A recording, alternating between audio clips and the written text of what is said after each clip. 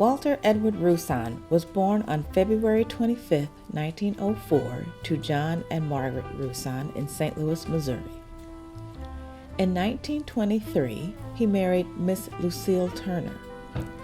They had two sons, Walter Jr. and Donald. Mr. Rusan worked 37 years as a clerk for the U.S. Postal Service in the St. Louis Central Office on 18th and Market Streets. Mr. Rusan moved his family from St. Louis City to Webster Groves, Missouri. Because of segregation at the time, they could buy property only in the northern, unincorporated part of the city, which came to be referred to as North Webster. A determined and resilient community, North Webster developed into a thriving area for blacks in the first half of the 1900s, boasting over 30 businesses, 6 churches, their own black doctors, and a volunteer fire department, to name a few. Besides the churches, most of the activity in North Webster community revolved around Douglas School. Established in 1866, Douglas Elementary was the first public school in Webster Groves, originally taught in the First Baptist Church on Shady Avenue. Douglas High School was established in 1926 and was the only accredited high school for African American children in St. Louis County for several years. North Webster residents were not privy to some basic services that the rest of the Webster Groves community enjoyed, such as trash pickup, a sewer system, and police and fire protection.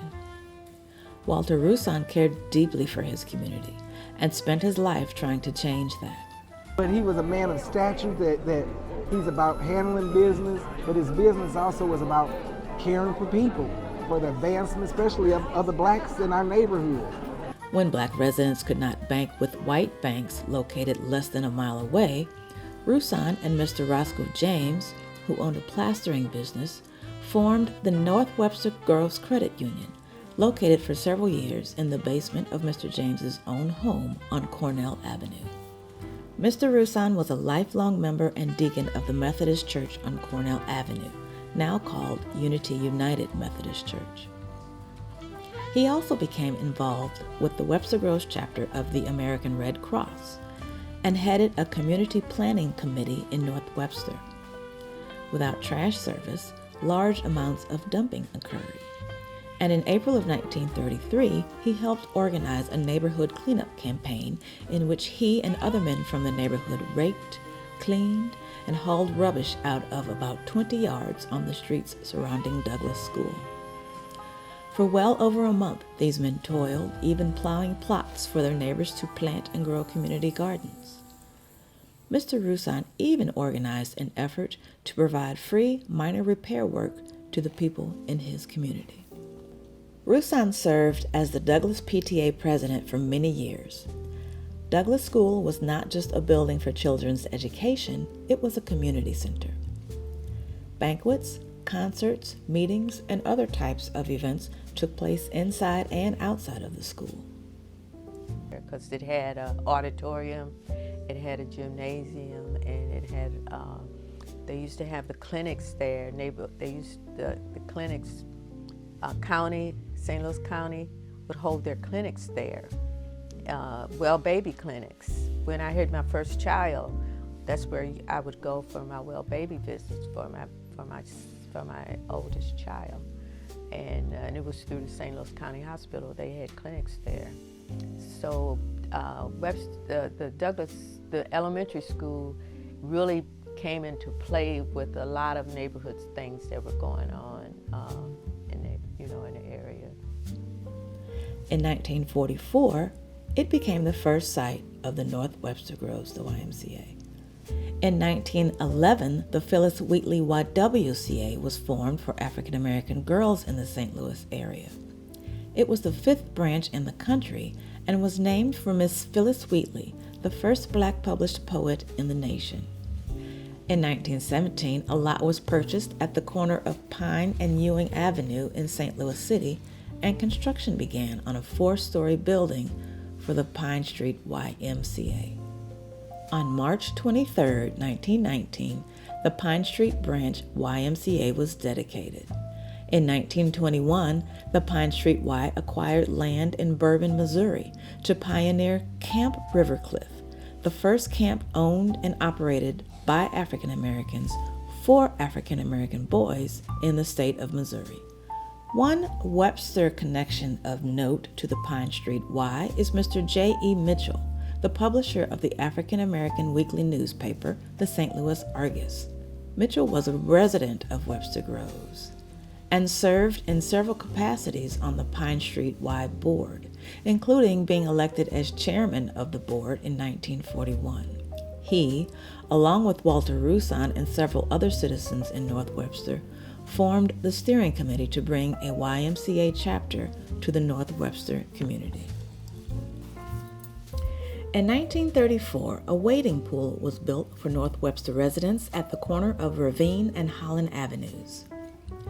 The pool was too shallow to swim, and there were no other parks in the area that they were allowed to visit, so Black children from North Webster took field trips downtown to the Pine Street YMCA, the Phyllis Wheatley YWCA, and to the Black camps so that they could take advantage of Y programming like swimming, sports, and leadership classes.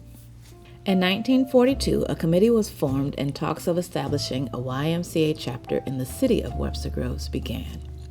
At an April 15, 1943 meeting, it was noted that, quote, there was a definite feeling on the part of the committee that work should be done for the Negro youth of Webster Groves, end quote.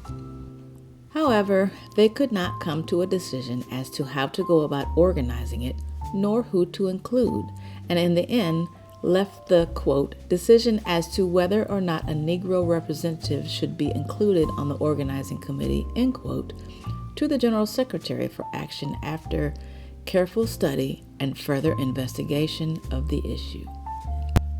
Walter Rusan became the chairman of that North Webster Y steering committee. In an interracial effort of sorts, the North Webster committee members, white members of the Webster Groves Y board, George Simmons, J.E. Mitchell, and other members of the Pine Street branch began fundraising for money for a facility in the community. The estimated cost of the new building was about $10,000. The North Webster community went over their initial goal and were able to raise approximately $3,200 through a membership and fund drive.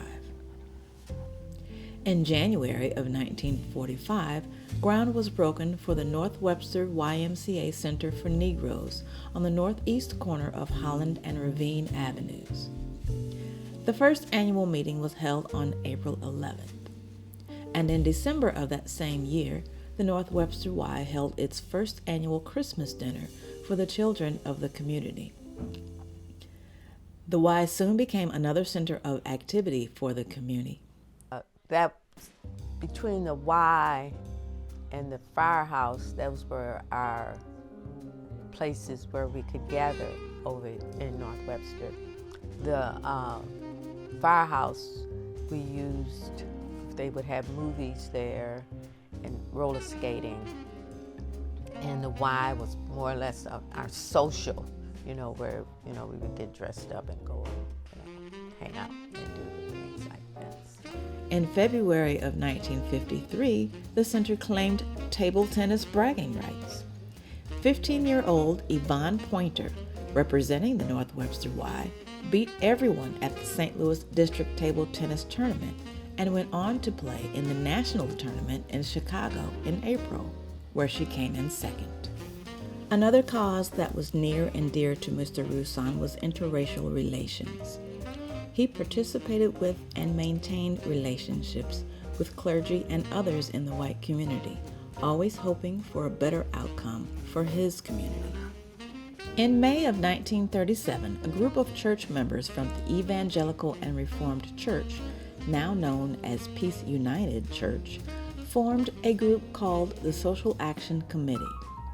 They decided that their purpose was to discuss the pertinent topics of A, movies, B, race, and C, consumers' cooperatives. At a follow-up meeting that month, former Douglas principal Mr. Herbert S. Davis and Reverend J.J. Johnson of the Methodist Church on Cornell in North Webster were invited to give their input on the racial problem. In September of 1937, it was decided that a study should be made regarding the conditions in North Webster, and the group enlisted the help of the Urban League. The full report, shared November 23, 1937, with Webster Groves Mayor Chapman present, revealed that the needs in North Webster were indeed economic. There was a lack of good-paying jobs, lack of proper sanitary facilities, a need to improve the school facilities, lack of police protection, unpaved streets, and a lack of a community center for the young people of North Webster. In an effort to improve race relations in Webster, the committee continued to have monthly supper meetings to study and discuss issues in the Black community. The meetings would rotate locations between churches and homes in North and South Webster. Membership grew, and the group's name was changed to the Webster Groves Interracial Group.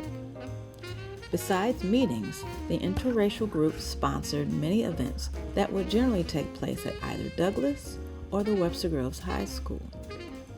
In 1944, the group established the Jeanette Gleason Memorial Scholarship for a Douglas High School graduate named after a student who had passed. To raise funds for the scholarship, the group sponsored recitals and concerts. In 1949, the group sponsored a rare St. Louis appearance by Eugene Hayes, who was a talented young African-American pianist. Hayes was a graduate of Lincoln High in East St. Louis, where he had been a classmate of jazz trumpeter Miles Davis. That same year, on September 26, 1949, Walter Rusan was unanimously elected president of the Webster Groves Interracial Group. The interracial group often hosted speakers, some of them controversial for the times. In October of 1944, they invited Reverend Claude Heithouse, a professor of art and archaeology at St. Louis University, to come speak on the topic, The Negro Citizen, at Webster Groves City Hall. In February of that year, Reverend Heithouse had delivered a scathing and very unexpected sermon during morning mass, blasting racism and denouncing segregation. Heithouse's statements were thought to be a direct message to the very Reverend Patrick J. Halloran to convince him to explore the possibility of desegregating the university. Heithouse's message was met with harsh disapproval. He was reprimanded and sent away from the school and ordered to not speak out about race again. Reverend Heithouse, of course, ignored those orders, speaking out against desegregation and the church's implicitness in the matter.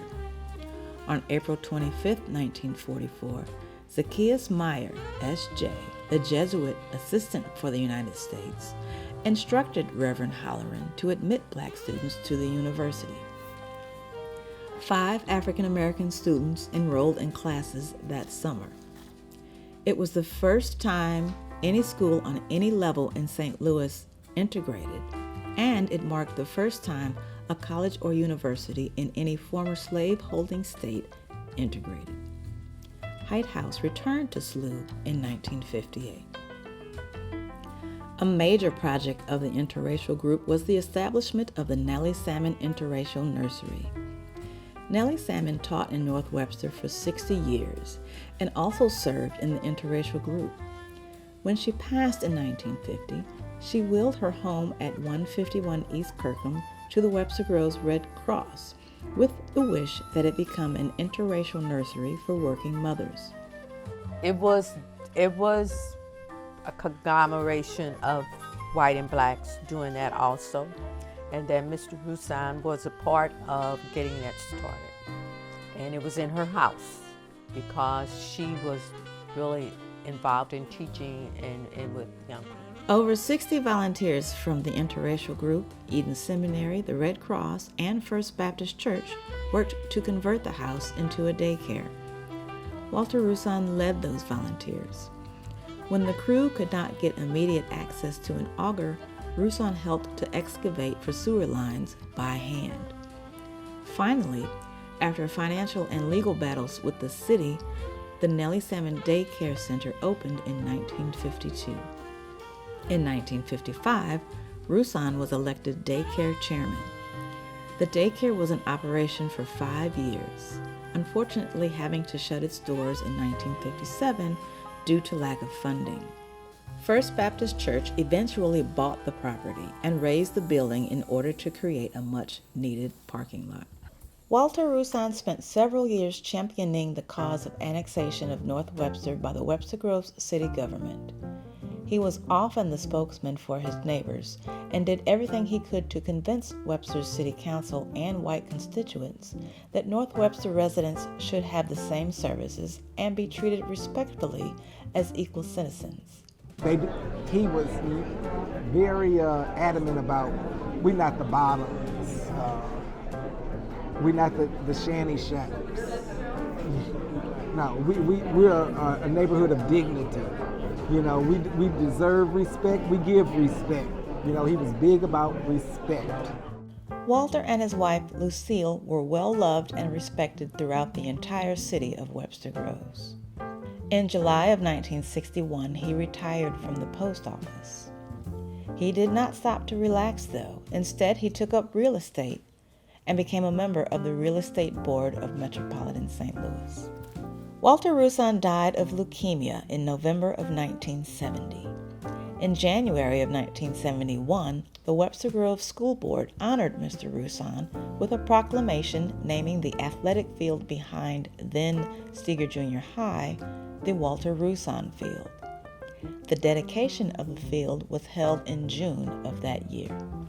Unfortunately, in 2023, we are still dealing with some of the same problems today that Mr. Rusan tried to tackle nearly 100 years ago. The names, faces, and issues have changed, but the attitudes have not. Perhaps if we all tried to live like Mr. Rusan, striving for excellence, respecting one another, and caring for everyone in our community, we can begin to see the change he worked for.